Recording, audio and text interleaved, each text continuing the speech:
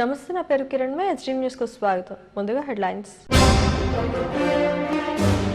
విద్యా వ్యవస్థలో గొప్ప సంస్కరణలు తీసుకువచ్చిన ఘనత మౌలానా అబ్దుల్ కలాం ఆజాద్. ఆయన జయంతి కార్యక్రమంలో ముఖ్యమంత్రి జగన్మోహన్ రెడ్డి. నంద్యాల ఘటనను టీడీపీ రాజకీయం చేస్తోంది. బాధ్యులను రక్షించింది చంద్రబాబు మనుషులేనన్న మంత్రి బొత్స. మైనర్ బాలికపై ఇద్దరు అత్యాచారం, అరెస్టు చేసి రిమాండ్ కు తరలించామన్న పెందుర్తి పోలీసులు. జగదంబ థియేటర్ కాంప్లెక్స్ లో జేఎస్ఆర్ సిల్క్స్ ప్రారంభం. లేడీస్ ఎక్స్క్లూజివ్ షోరూమ్ గా తీర్చిదిద్దామన్న నిర్వాహకులు రాంబాబు, రమేష్. ప్రాథమిక విద్య నుండి వర్సిటీ విద్య వరకు అబ్దుల్ కలాం ఆజాద్ ఎన్నో సంస్కరణలు తీసుకువచ్చారని ముఖ్యమంత్రి జగన్మోహన్ రెడ్డి చెప్పారు. ఆజాద్ జయంతి సందర్భంగా తాడేపల్లిలోని క్యాంపు కార్యాలయంలో జాతీయ విద్య మైనారిటీ సంక్షేమ దినోత్సవ వేడుకలు నిర్వహించారు. ఆజాద్ చిత్రపటానికి సీఎం పూలమాలలు వేసి నివాళులు అర్పించారు. భారతదేశ స్వాతంత్ర్య పోరాటంలో అలుపెరగని పోరాట స్ఫూర్తిని నింపిన గొప్ప నేత మౌలానా అబ్దుల్ కలాం ఆజాద్. దేశానికి తొలి విద్యాశాఖ మంత్రిగా ఎన్నో సేవలు అందించారు. ఆయన జయంతిని జాతీయ విద్య మైనారిటీ సంక్షేమ దినోత్సవంగా ఆచరిస్తున్నారు. తాడేపల్లిలోని క్యాంపు కార్యాలయంలో ఆజాద్ జయంతి సందర్భంగా ఆయన చిత్రపటానికి సీఎం జగన్మోహన్ రెడ్డి పూలమాల వేసి నివాళులు అర్పించారు. అనంతరం వీడియో కాన్ఫరెన్స్ లో ముచ్చటించారు. ఎన్నో ప్రతిష్టాత్మకమైన విద్యా సంస్థలను అబ్దుల్ కలాం ఆజాద్ స్థాపించారని సీఎం జగన్మోహన్ రెడ్డి చెప్పారు.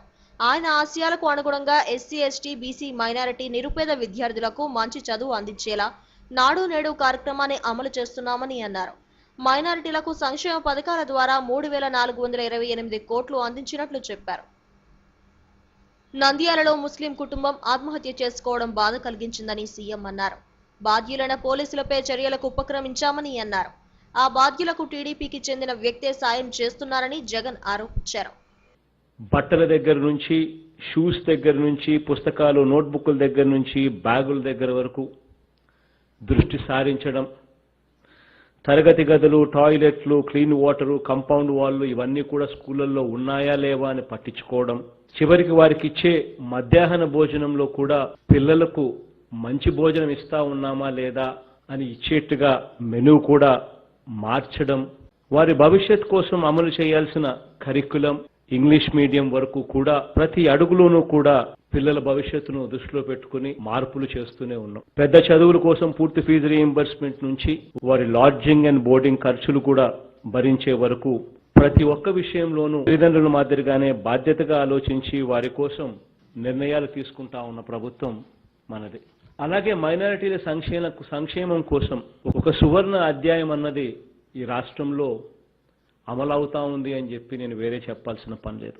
రాష్ట్రంలో అన్ని మతాలు, కులాలు మధ్య అన్నదమ్ముల భావన మరింతగా పెంపొందించేందుకు మన ప్రభుత్వం అన్ని రకాలుగా ప్రోత్సాహకాలు ఇస్తాం. అమ్మఒడి అయితేనేమి, రైతు భరోసా అయితేనేమి, చేయూతనైతేనేమి, సున్నా వడ్డీ అయితేనేమి, పెన్షన్ కానుక అయితేనేమి, ఈ పథకాల ద్వారా డైరెక్ట్ బెనిఫిట్ ట్రాన్స్ఫర్ అంటే ఎటువంటి కరప్షన్ కు తావు లేకుండా సాచ్యురేషన్ పద్ధతిలో నేరుగా ప్రతి లబ్ధిదారుడికి కూడా డైరెక్ట్ గా వాళ్ళ బ్యాంక్ అకౌంట్లకు పోయే కార్యక్రమం ద్వారా 2020 అక్టోబర్ వరకు అంటే మొన్నటి దాకా వరకు మైనారిటీలకు అందించిన మొత్తం సొమ్ము 3,428 కోట్ల రూపాయలు అని చెప్పి గర్వంగా కూడా నేను చెప్తాను. మన 17 నెలల పాలనలో మన సంక్షేమ పథకాల ద్వారా మైనారిటీలకు 3,428 కోట్ల రూపాయలు ఇవ్వగలిగాము అంటే నిజంగా దేవుడు దయే అని చెప్పి, మీ అందరి చల్లని దీవెనల వల్లనే మీ బిడ్డగా చేయగలిగానని చెప్పి మనస్ఫూర్తిగా చెప్తా ఉన్నాను. ఈరోజు మైనారిటీల మీద ట్విట్టర్లలోనూ, జూమ్లలోనూ ఎక్కడ లేని ప్రేమ చూపిస్తున్న ఒక ఆయన ఉన్నాడు. గతంలో ముఖ్యమంత్రిగా ఉండగా 5 ఏళ్లు మైనారిటీలకు అందినది ఆయన గారి పాలనలో ఎంత అన్నది కూడా ఒక్కసారి మనం అంతా కూడా గుర్తుకు తెచ్చుకో. నిజంగా చేస్తా ఉన్న వారు ఎవరు, అబద్ధాలు మోసాలు చెప్పేది ఎవరు అని కూడా మనందరికీ కూడా తెలిసి ఉండాలి. 3 లక్షల లోపు సంవత్సరం ఆదాయం ఉన్న వారికి 60,000, 3 లక్షలు పైబడి ఉన్న వారికి 30,000 రూపాయల ఆర్థిక సహాయం చేస్తా ఉన్నాం. ఇమాములకు నెలకు 5,000 రూపాయలు, మౌజములకు 3,000 రూపాయలకు మన ప్రభుత్వం అధికారంలోకి వచ్చిన తర్వాత గౌరవ వేతనంగా అందిస్తా ఉన్నాం. ఇంకా మసీదులు పెంచాం, వాళ్ళకు కూడా ఆస్తులను కూడా ప్రొటెక్ట్ చేయడానికి కూడా చేస్తా ఉన్నాం. డిప్యూటీ సీఎం పదవి పోస్టులో ఈరోజు 5 మంది డిప్యూటీ సీఎంలు మన పార్టీ అధికారంలోకి వచ్చి, మన ప్రభుత్వం అధికారంలోకి వచ్చిన తర్వాత ఉంటే అందులో 4 ఎస్సీలు, ఎస్టీలు, బీసీలు, మైనారిటీలే అని చెప్పి కూడా గర్వంగా కూడా నేను చెప్పగలుగుతాను. ఈ విషయాన్ని ఇదే రోజు నాకు బాగా గుర్తుంది, 7 సంవత్సరం ఇదే రోజు ఈ 2 విషయాలు అడిగితే ఈ 2 విషయాలను కూడా చేయమని చెప్పి రిక్వెస్ట్ చేస్తే ఈ 2 విషయాలు కూడా చేశాము అని చెప్పి కూడా గర్వంగా కూడా ఇవ్వాలని చెప్పగలుగుతాం. వక్ఫ్ బోర్డు ఆస్తులు, క్రిస్టియన్ మిషనరీ ఆస్తులు అన్యాక్రాంతం కాకుండా చర్యలు తీసుకుంటున్నామని ప్రభుత్వం ప్రకటించింది. కార్యక్రమంలో ఉప ముఖ్యమంత్రి అంజాద్ బాషా, మంత్రులు మేకతోటి సుచరిత, కురసాల కన్నబాబు, కొడాలి నాని, సిఎస్ నీలం సాహ్ని, మైనారిటీ శాఖ ఉన్నతాధికారులు పాల్గొన్నారు. ప్రతిపక్ష నేత చంద్రబాబు నాయుడు మతాలు, కులాలపై ఎంత తక్కువ మాట్లాడితే అంత మంచిదని పౌర సరఫరాల శాఖ మంత్రి కొడాలి నాని సూచించారు. ప్రభుత్వంపై అవాస్తవాలు ప్రచారం చేస్తే తగిన శాస్తి చేస్తామని హెచ్చరించారు. తాడేపల్లిలో మీడియాతో మాట్లాడారు. సీఎం జగన్మోహన్ రెడ్డి అధికారుల కోసం కులాలను, మతాలను ఎప్పుడూ అడ్డు పెట్టుకోలేదని, ఆ విద్య చంద్రబాబుకు తెలిసినంతగా ఎవరికీ తెలియదని చురకలంటించారు. నంద్యాల నగరంలో షేక్ అబ్దుల్ సలాం కుటుంబం ఆత్మహత్యను రాజకీయం చేస్తూ ప్రభుత్వంపై బురద జల్లుతున్న చంద్రబాబును చూస్తే పిచ్చోడు గుర్తొస్తున్నాడని ఎద్దేవా చేశారు. సామూహిక ఆత్మహత్యకు బాధ్యులపై తక్షణమే చర్యలు తీసుకోవాలని సీఎం ఆదేశిస్తే టీడీపీకి చెందిన రామచంద్రరావు మాత్రం నిందితులకు బెయిలిప్పించారంటూ మండిపడ్డారు. ఇలాంటి నీచ రాజకీయాలకు పాల్పడుతున్న చంద్రబాబు జూమ్ యాప్ ద్వారా సీఎంపై తప్పుడు ప్రచారం చేస్తున్నారని విరుచుకుపడ్డారు. ఇటువంటివి మానుకోకపోతే ప్రజలే తగిన బుద్ధి చెబుతారని హెచ్చరించారు. చంద్రబాబు నాయుడు జూమ్ యాప్లో ఆయన పార్టీకి సంబంధించినటువంటి 25 పార్లమెంటు నియోజకవర్గాల కొత్త పిచ్చాళ్లతో జూమ్ మీటింగ్ పెట్టి జగన్మోహన్ రెడ్డి గారికి అధికారం పిచ్చోడి చేతిలో రాయిలాగా ఉంది, అది ఎవరి మీద ప్రయోగిస్తాడో తెలవని పరిస్థితి ఉందని చెప్పి చెప్పుకుంటూ వచ్చాడు. వాళ్ళు ఈనాడు పేపర్లో, ఆయన ఎల్లో మీడియాలో బాగా హైలైట్ చేసి చంద్రబాబు నాయుడు ఇలా అన్నాడని చెప్పి చూపించడం జరిగింది. జగన్మోహన్ రెడ్డి గారి చేతిలో అధికారం పిచ్చోడి చేతిలో రాయిలాగలేదు. మన కర్మ ఏంటంటే చంద్రబాబు నాయుడు ఒక పిచ్చోడు.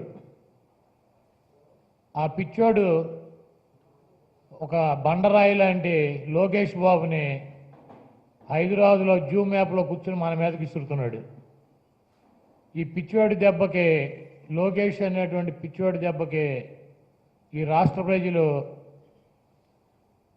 ఏమి చెబుతున్నాడు, తలా తోక లేకుండా ఎలా మాట్లాడుతున్నాడు, చేపల చెరువుకి వరి చేనికి తేడా తెలవనటువంటి సుపుత్రుణ్ణి ఏ రకంగా ఉపయోగిస్తున్నారో దాన్ని పిచ్చోడి చేతిలో రాయి కాదు, ఇప్పుడు చంద్రబాబు చేతిలో లోకేష్ అని చెప్పి రాష్ట్ర ప్రజలు మాట్లాడుకుంటున్నారు. కాబట్టి వయసు వచ్చింది, కొంచెం బుద్ధి తెచ్చుకొని ఇప్పటికైనా ఆఖరి రోజులన్నా కొంచెం పద్ధతిగా మాట్లాడటం నేర్చుకోమని చెప్పి చంద్రబాబు నాయుడు కోరుతూ,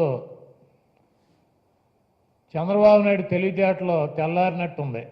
ఆయన తెలివితేటలు ఈ రాష్ట్ర ప్రజలు చాలా కాలం నుంచి చూస్తున్నారు. చంద్రబాబు నాయుడు చేసేటువంటి దొంగ నాటకాలు, చంద్రబాబు నాయుడు చేసేటువంటి నీచమైన రాజకీయాలు ఈ రాష్ట్ర ప్రజలు దగ్గర నుంచి చూశారు. కాబట్టే నీ కొడుకును మంగళగిరిలో ఓడించారు, నీకు 23 సీట్లు. కామందుల వికృత చేష్టలకు మైనర్ బాలికలు బలైపోతున్నారు. మనుమరాలి వయసున్న అభం శుభం తెలియని బాలికపై ఓ కామాంధుడి కన్ను పడింది. ఆ బాలికపైనే మరో వ్యక్తి వికృత చూపులు పడ్డాయి. ఆ ఇద్దరు మాయమాటలు చెప్పి లొంగ తీసుకున్నారు. బాధితురాలి కుటుంబ సభ్యులు ఫిర్యాదుతో పెందుర్తికి చెందిన 63 ఏళ్ల సూర్యనారాయణ అలియాస్ పంతులు, 23 ఏళ్ల కార్తిక్లను అరెస్టు చేశామని సిఐ అశోక్ కుమార్ మీడియాకు తెలిపారు.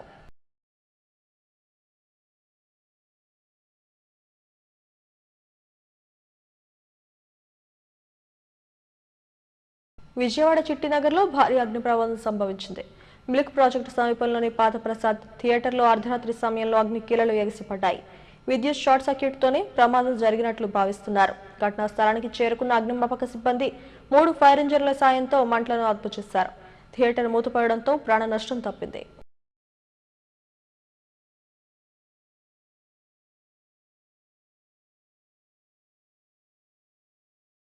జగదంబ థియేటర్ కాంప్లెక్స్ లో JSR silks ladies exclusive showroom ప్రారంభమైంది. మహిళా అభిరుచులకు అనుగుణంగా మగువల మనసును దోచే ఎన్నో వెరైటీలు షోరూంలో చోటు చేసుకున్నాయి. జగదాంబ, శారద, రామాదేవి థియేటర్స్ పేరిట కరోనా కష్టకాలంలో ఓ ఛాలెంజ్ గా ఈ షోరూంను నెలకొల్పామని అధినేతలు వి భద్రాచలం రమేష్లు తెలిపారు. విభిన్న వెరైటీలు, విస్తృత శ్రేణిలో నాణ్యమైన వస్త్రాలను మహిళలకు అందుబాటు ధరల్లో అందిస్తామని చెప్పారు. ప్రారంభోత్సవం సందర్భంగా వస్త్రాల కొనుగోళ్లపై 20% ఫ్లాట్ డిస్కౌంట్ అందిస్తున్నట్లు ప్రకటించారు. ఈ లాక్డౌన్ టైంలో ఇవి టికెట్ ఛాలెంజ్ కింద తీసుకొని ఈ స్టోర్ స్టార్ట్ చేయడం జరిగింది. యాక్చువల్లీ ఎకానమీ స్టేట్ అంతా డౌన్ అవుతుంది. ఇలాంటిది అప్పుడు మనం లిఫ్ట్ చేయాలని చెప్పేసి మనం ఛాలెంజ్ కింద తీసుకొని మేము లైన్ మారుతూ ఈ సారీ ఈ లేడీస్ వెంచర్లోకి వచ్చాము. అది ఎక్స్క్లూజివ్ లేడీస్ వేర్ అది దానివల్ల లాక్డౌన్ లెస్ అనుకోవచ్చు. ఈ సినిమా ఇండస్ట్రీ ఫీల్డ్లోంచి ఈ షోరూమ్ రావడం కారణం మెయిన్ లాక్డౌన్ అండి. ఈ లాక్డౌన్లో ఖాళీ కూర్చొని ఆలోచిస్తున్నప్పుడు మా దగ్గర పనిచేసే 50 మంది స్టాఫ్కి మేము 50% శాలరీ ఇచ్చి రేషన్ ఇచ్చి మా జగదీష్ గారు కానీ మా భద్రాచలం కానీ ఇస్తూ చూస్తున్నప్పుడు సరే మనం కొత్త వెంచర్కి వెళ్దాం, సినిమా ఇండస్ట్రీ ఒక వెంచరు, కొత్తగా ఒక వెంచర్కి వెళ్దాం. అది ఏంటి ఆలోచిస్తున్నప్పుడు జేఎస్ఆర్ సిల్క్స్ పెడదాం, క్లాస్ షోరూమ్ పెడదాం. పెట్టినప్పుడు మాకు మేము జేఎస్ఆర్ అంటే జగదంబ, శారద, రమాదేవి, అది జేఎస్ఆర్ అంటే మీనింగ్ అండి. అంటే 3 కాంప్లెక్స్ పెట్టాం మాకు. సో ఏ వెంచర్ పెట్టా 3 కాంప్లెక్స్ ఉంటుంది మాకు. సో పెట్టినప్పుడు మేము కొత్తగా షోరూమ్ పెట్టాం. ఈ షోరూమ్లో ఏంటి all varieties of ladies varieties అండి. మీకు సారీస్, సూరత్, బనారస్, తర్వాత రాజ్కోట్, అహ్మదాబాద్, తర్వాత బెంగళూరు, అన్ని all variety sarees, kurtis, salwars, ladies exclusive ladies showroom ఇది. మీకు లేడీస్ షోరూమ్ ఎవరైనా మంచి ఐటమ్స్ వెరైటీ ఐటమ్స్ దొరుకుతాయి. మీకు ఆల్ వెరైటీ సారీస్ ఉంటాయి మీకు. నంద్యాల ఘటనపై టీడీపీ రాజకీయం చేయాలని చూస్తోందని మంత్రి బొత్స సత్యనారాయణ మండిపడ్డారు. తాడేపల్లిలోని పార్టీ కేంద్ర కార్యాలయంలో ఆయన మీడియాతో మాట్లాడారు. ఘటన జరిగిన వెంటనే సీఎం జగన్మోహన్ రెడ్డి చర్యలు తీసుకుంటున్నారని, చంద్రబాబు అధికారంలో ఉండగా ఇంత వేగంగా స్పందించారా అని ప్రశ్నించారు. చంద్రబాబు ప్రోద్బలంతోనే నిందితుల తరఫున టీడీపీకి చెందిన న్యాయవాదులు వాదించారని ఆరోపించారు. తాము నమోదు చేసిన 306 సెక్షన్ బెయిలబుల్ సెక్షనా అని అన్నారు. మంజూరైన బెయిల్ రద్దయ్యేలా చర్యలు తీసుకోవాలని సీఎం జగన్ ఆదేశించారని మంత్రి చెప్పారు. పేదలకు ఇళ్లిద్దామంటే టీడీపీ నేతలు కోర్టులకు వెళుతున్నారని అన్నారు. ఇళ్లు ఇవ్వకుండా అడ్డుకుంటున్న టీడీపీ నేతల ఇళ్లను దిగ్బంధం చేయాలని ప్రజలకు పిలుపునిచ్చారు. టిట్కోలో భారీ అవినీతి జరిగిందని ఆరోపించారు. 30 లక్షల మందికి ప్రభుత్వమే ఉచితంగా ఇళ్లిస్తామంటే కోర్టులకు వెళ్లి అడ్డుకుంటున్న తీరుపై తీవ్ర స్థాయిలో మండిపడ్డారు.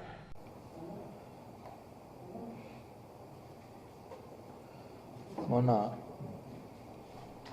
ఒక బాధాకర సంఘటన కర్నూలు జిల్లా నంద్యాలలో జరిగింది. ఆ సంఘటన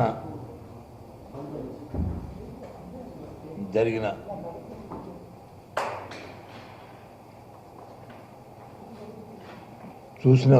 విన్నవారికి, కన్నవారికి అందరికీ కూడా ఎంతో బాధ అనిపించింది.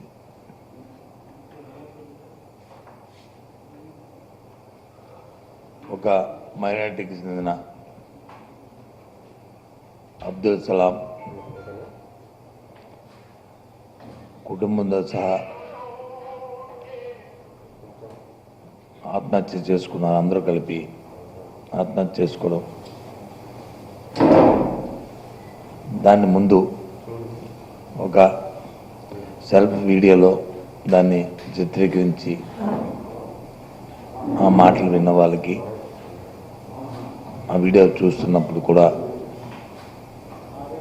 ఎంతో బాధాకరంగా అనిపించి, ఇలాంటి సంఘటనలు పునరావృతం కాకుండా ఉండాలనేది సభ్య సమాజంలో ఎవరు ఏ మానవత్వం ఉన్న ప్రతి వ్యక్తి కూడా కోరుకునే సందర్భం నేపథ్యం.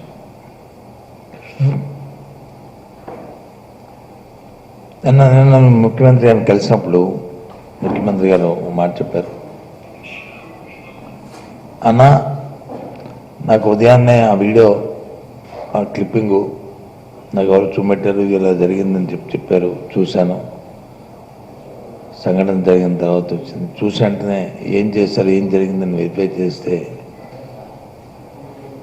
వాళ్ళ మీద చర్య తీసుకుంటున్నామండి, యాక్షన్ తీసుకుంటున్నామని అన్నారు.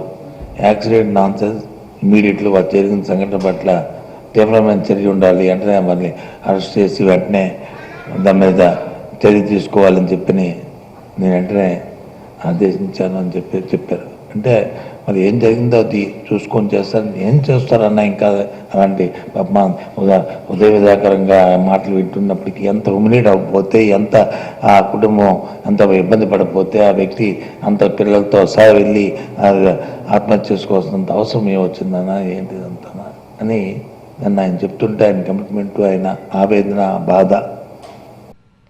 విశాఖ పరిపాలన రాజధానిగా అవతరిస్తున్న నేపథ్యంలో అభివృద్ధి ఎజెండాగా అధికారులు చిత్తశుద్ధితో పనిచేయాలని జిల్లా ఇన్ఛార్జ్ మంత్రి కురసాల కన్నబాబు సూచించారు. పనుల పురోగతిపై దృష్టి సారించాలని చెప్పారు. డీడీఆర్సీ సమావేశం అనంతరం ఆయన మీడియాతో మాట్లాడారు. జిల్లా సాగునీటి వనరులను సద్వినియోగం చేసుకునేలా కార్యాచరణ రూపకల్పనకు ఓ సమావేశం నిర్వహిస్తామని వెల్లడించారు. నాడు నేడు కార్యక్రమంలో ప్రభుత్వ పాఠశాలలను కార్పొరేట్ స్కూళ్లకు ధీటుగా అభివృద్ధి చేస్తున్నట్లు తెలిపారు. రెవెన్యూ, అటవీ, దేవాదాయ శాఖలకు చెందిన భూముల సంరక్షణపై ప్రభుత్వం పటిష్టమైన చర్యలు తీసుకుంటుందని అన్నారు. విశాఖలో భూ ఆక్రమణలపై గత ప్రభుత్వం సిట్ వేసిన నివేదికను బహిర్గతం చేయలేదని గుర్తు చేశారు. ఈ నెలాఖరులోగా తాము నియమించిన సిట్ నివేదికను ఇస్తుందని పేర్కొన్నారు. మైనింగ్ శాఖ అధికారులు ఉదాసీన వైఖరిని మార్చుకోవాలని అన్నారు. జిల్లాలో భూ ఆక్రమణలు సహించేది లేదని, ఆక్రమణలకు పాల్పడే వారు ఎంతటి వారైనా చర్యలు తప్పవని ఎంపీ విజయసాయిరెడ్డి హెచ్చరించారు. ఈ సమావేశంలో జిల్లా మంత్రి ముత్తంశెట్టి శ్రీనివాసరావు, ఎంపీలు సత్యవతి, గొట్టేటి మాధవి, ఎమ్మెల్యేలు, జిల్లా కలెక్టర్ వినయ్ చంద్ తదితరులు పాల్గొన్నారు. ఇన్వెస్టిగేషన్ ఇల్లీగల్ మైనింగ్ కి సంబంధించి రోడ్ మెటల్ అయితేనేమి, బ్లూ మెటల్ అయితేనేమి, లాటరైట్ అయితేనేమి, వీటిలన్నిటి విషయాల్లో ఇల్లీగల్ మైనింగ్ ఎంతవరకు జరిగింది, ఎంతవరకు పర్మిట్లు ఇచ్చారు, పర్మిట్లకు మించి ఎంత సేల్ జరిగింది అన్అఫీషియల్గా, ఇవన్నీ ఇన్వెస్టిగేషన్లో ఉన్నాయి. తగినటువంటి చర్యలు ఆ ఇన్వెస్టిగేషన్ పూర్తయిన తర్వాత తీసుకోబడుతుంది. ఒక్కొక్క జిల్లాగా పరిగణించడం జరుగుతుంది. కాకుండా ఉంటే 25కు బదులుగా 26 జిల్లాలు ఏర్పడతాయి. ఇంతవరకు జరగలేదు. ఫస్ట్ నోటిఫికేషన్ రావాలి. ఆ నోటిఫికేషన్ వచ్చిన తర్వాత ఏంటంటే ఇప్పటి వరకు చాలా సుదీర్ఘంగా జిల్లా అభివృద్ధి సమీక్షా సమావేశాన్ని నిర్వహించాం. పెద్దలు గౌరవనీయులు విజయసాయిరెడ్డి గారు, మంత్రివర్యులు అవంతి శ్రీనివాస్ గారు, పార్లమెంట్ సభ్యులు, ఎమ్మెల్యేలు, ఎమ్మెల్సీలు, అదేవిధంగా జిల్లా కలెక్టర్ గారు, ఇతర అధికారులందరూ కూడా ఐటమ్స్ ని చర్చించినప్పుడు ప్రధానంగా ఏంటంటే విశాఖపట్నం అనేది ఈ రాష్ట్రం మొత్తం మీద ఒక ప్రాధాన్యత కలిగిన నగరం. ఇది భవిష్యత్తులో చాలా కొద్ది సమయంలోనే ఇది ఎగ్జిక్యూటివ్ క్యాపిటల్ గా ఇక్కడి నుంచి కార్యకలాపాలు నిర్వహించే పరిస్థితుల్లో మనం ఈ నగరాన్ని గాని, ఈ ప్రాంత విశిష్టతను గాని కాపాడుకోవాల్సిన అవసరాన్ని చర్చించాం. దీంట్లో కొన్ని శాఖలపై చర్చించినప్పుడు ఇరిగేషన్ సంబంధించి మొన్న ఈ ఫ్లడ్ లో డ్యామేజెస్ ఎక్కడెక్కడ జరిగాయి, వాటిని ఏ విధంగా రెస్టోర్ చేయాలి. క్లియర్గా మన ఎసరాయవరం దగ్గర ఒక నేవల్ కన్స్ట్రక్షన్ వల్ల బాగా హడ్డీలు వచ్చి అక్కడంతా చెత్త చేరిపోయి నీరు వెనక్కి నిలబడిపోయి దాదాపుగా 5,000 ఎకరాలు కారణమైందని శాసనసభ్యులు చెప్పారు. ఇమ్మీడియట్ గా జిల్లా కలెక్టర్ గారు నేవీ అధికారులతో మాట్లాడి దాన్ని రిజాల్వ్ చేయమని చెప్పాం. అదేవిధంగా కొన్ని చోట్ల అక్కడక్కడ గండ్లు పడినవన్నీ కూడా వెంటనే రెస్టరేషన్ కోసం పనులు చేపట్టమని చెప్పడం జరిగింది. కేంద్ర రాష్ట్ర ప్రభుత్వాలు అనుసరిస్తున్న ప్రజా కార్మిక, రైతు వ్యతిరేక విధానాలను నిరసిస్తూ సిపిఎం పాదయాత్ర నిర్వహిస్తూ ప్రజలను చైతన్యపరుస్తోంది. దీనిలో భాగంగా 70వ వార్డు చిన్నముష్టివాడ, శాంతినగర్, ఎస్సీబీసీ కాలనీలో పెందుర్తి సిపిఎం నాయకులు ఇంటింటికి వెళ్లి కరపత్రాలు పంపిణీ చేశారు. కేంద్రం అనుసరిస్తున్న విధానాలతో అన్ని వర్గాలు తీవ్రంగా నష్టపోతున్నాయని సిపిఎం నేత అప్పలరాజు ఆరోపించారు. ప్రభుత్వ రంగ సంస్థలను నిర్వీర్యం చేస్తూ కార్పొరేట్ శక్తులను ప్రోత్సహిస్తున్నారని మండిపడ్డారు. వ్యతిరేక రైతు వ్యతిరేక విధానాలకు నిరసనగా నవంబర్ 7 నుండి 15వ తారీఖు వరకు భారత కమ్యూనిస్ట్ పార్టీ మార్క్సిస్ట్ ఆధ్వర్యంలో దేశవ్యాప్తంగా అలాగే రాష్ట్ర వ్యాప్తంగా అనేక జిల్లాల్లో కూడా పాదయాత్రలను జరుగుతుంది.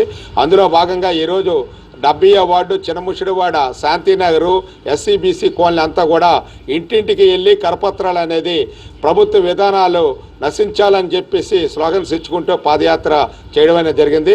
వాస్తవంగా నరేంద్ర మోడీ రెండోసారి అధికారంలోకి వచ్చిన తర్వాత దేశం యొక్క సంపదను బహుళజాతి అమెరికా యొక్క బహుళజాతి సంస్థలకు అప్పచెప్పడానికి ప్రయత్నం చేస్తున్నారు. అందులో భాగంగానే ప్రభుత్వ రంగ సంస్థలు ఈరోజు స్టీల్ ప్లాంట్ కానీ, షిప్ యార్డ్ కానీ, ఇండియన్ ఆయిల్ కార్పొరేషన్ కానీ అన్నీ కూడా ప్రైవేట్ పరం చేస్తున్నారు.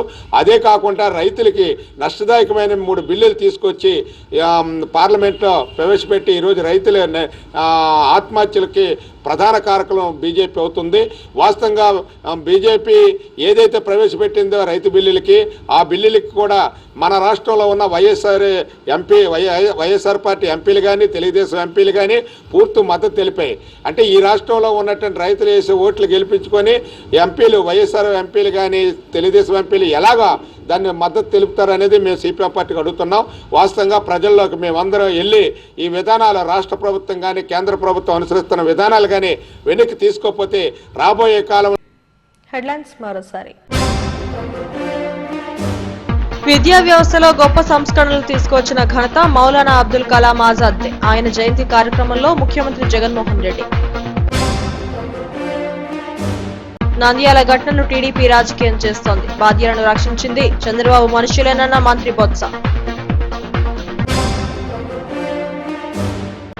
మైనర్ బాలికపై 2 అత్యాచారం, అరెస్టు చేసి రిమాండ్కు తరలించామన్న పెందుర్తి పోలీసులు. జగదాంబ థియేటర్ కాంప్లెక్స్ లో జేఎస్ఆర్ సిల్క్స్ ప్రారంభం. లేడీస్ ఎక్స్క్లూజివ్ షోరూమ్ గా తీర్చిదిద్దామన్న నిర్వాహకులు రాంబాబు, రమేష్. ఈ వార్తలు ఇంతటితో సమాప్తం. మరిన్ని వార్తా విశేషాల కోసం చూస్తూనే ఉండండి STV న్యూస్.